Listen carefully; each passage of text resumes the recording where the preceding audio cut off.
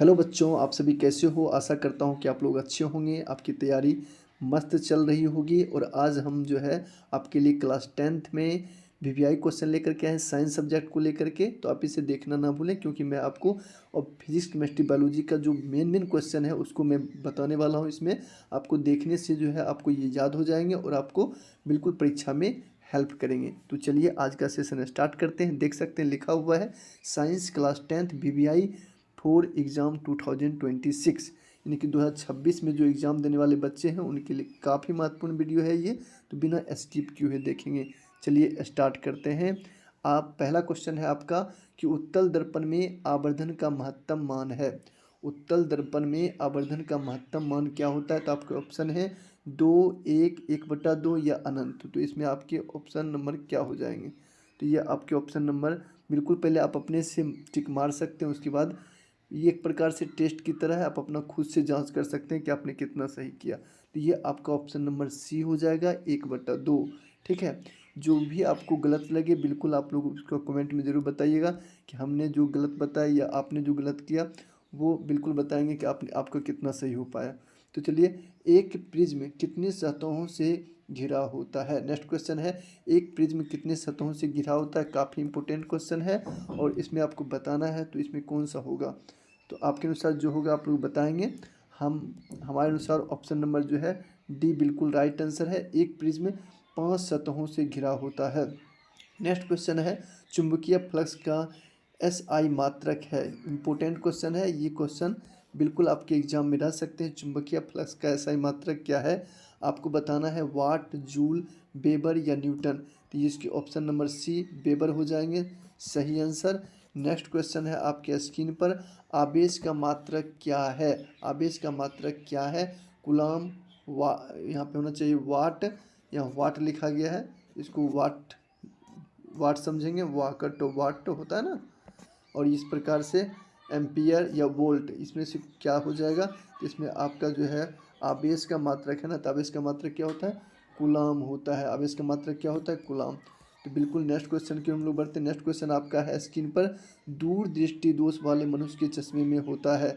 दूर दृष्टि दोष जिस व्यक्ति के होता है आँखों में, वह उसमें कौन सा लेंस लगाया जाता है? तो ये आपको बताना है। दूर दृष्टि दोष वाले मनुष्य के चश्मे में कौन सा लेंस लगा होता है?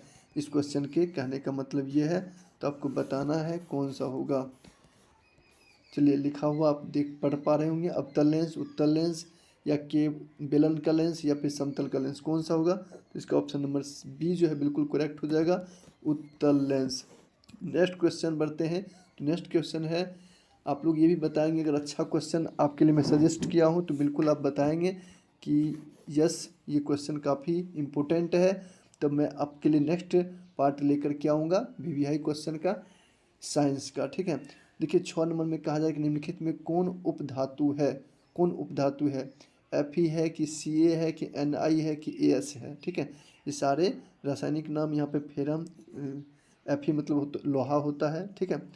कैल्शियम Ca हो गया, Ni निकेल हो गया। तो इस प्रकार से As इसका आंसर हो जाएगा। लेकिन As का मतलब क्या होता है रासायनिक नाम, ये आप लोग कमेंट में बताएंगे कि As का मतलब क्या होता है। चलिए नेक्स्ट क्वेश्चन बढ़ते हैं। इसका कौन उपधातु था? तो इसका As हो जाएगा। नेक्स्ट क्वेश्चन है क्वेश्चन नंबर 7 कि सबसे कठोरतम तत्व कौन है? इसमें से आपको बताना है कि निम्नलिखित कौन सा सबसे कठोरतम तत्व कौन है। तो इसमें आपका लिखा हुआ है पत्थर, हीरा या फिर ये लिखा हुआ है कार्बन, ये ऑक्सीजन। तो आपको बताना है इसमें सबसे कठोरतम तत्व कौन है।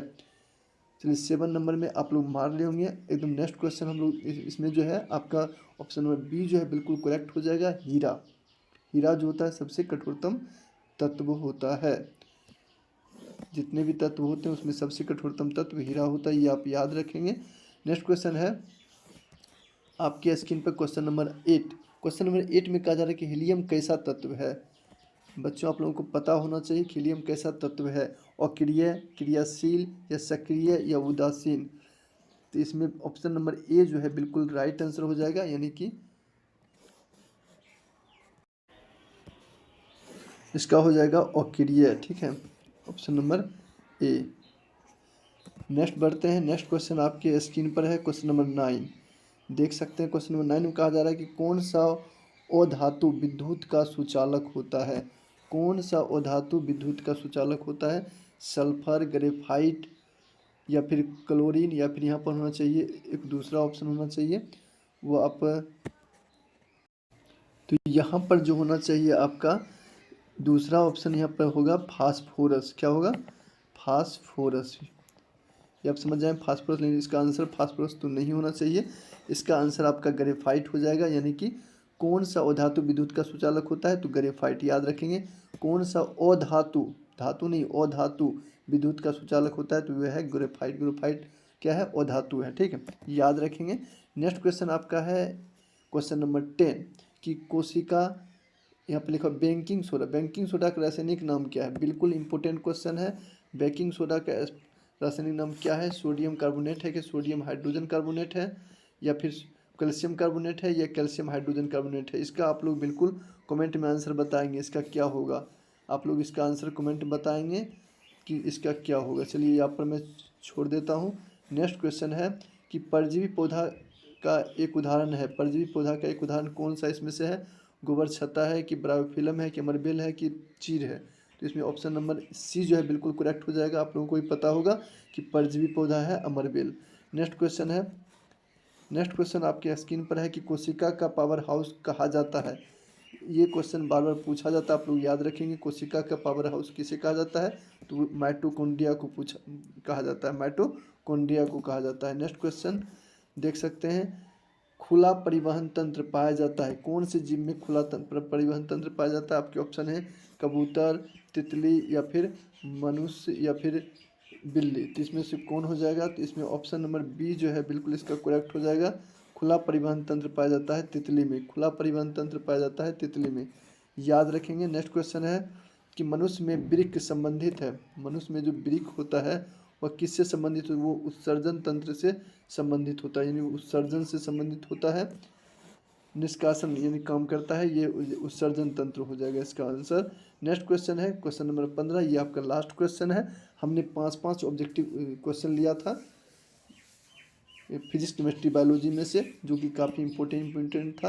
अगर आपको इस प्रकार का पार्ट चाहिए तो आप लोग निश्चित रूप से बताएंगे, ताकि मैं आपके लिए बिल्कुल लेकर के आऊँगा। क्वेश्चन नंबर 15 है कि कौन सा अधातु कमरे के तापमान पर जो है, कौन सा अधातु कमरे के ताप पर द्रव होता है? कमरे के ताप पर द्रव होता है, ये आपको बताना है कमेंट में। इसका भी उत्तर बताना है, कौन सा अधातु और कमरे के ताप पर द्रव होता है। चलिए इसका मैं बता देता हूँ। इसका एक का जो हमने छोड़ा था उसका आप लोग कमेंट में बताइएगा, कौन सा अधातु कमरे के ताप पर द्रव होता है? तो इसका हो जाएगा आपका, इसका हो जाएगा ब्रोमीन। कौन सा धातु कमरे के ताप पर द्रव होता है? तो ये है ब्रोमीन। चलिए अब हम लोग नेक्स्ट वीडियो में जो है इस प्रकार के अगर पार्ट चाहते हैं तो निश्चित रूप से कमेंट कीजिएगा। और वीडियो कैसा लगा आप लोग कमेंट में जरूर बताइएगा। थैंक यू यहाँ तक देखने के लिए आप सभी को।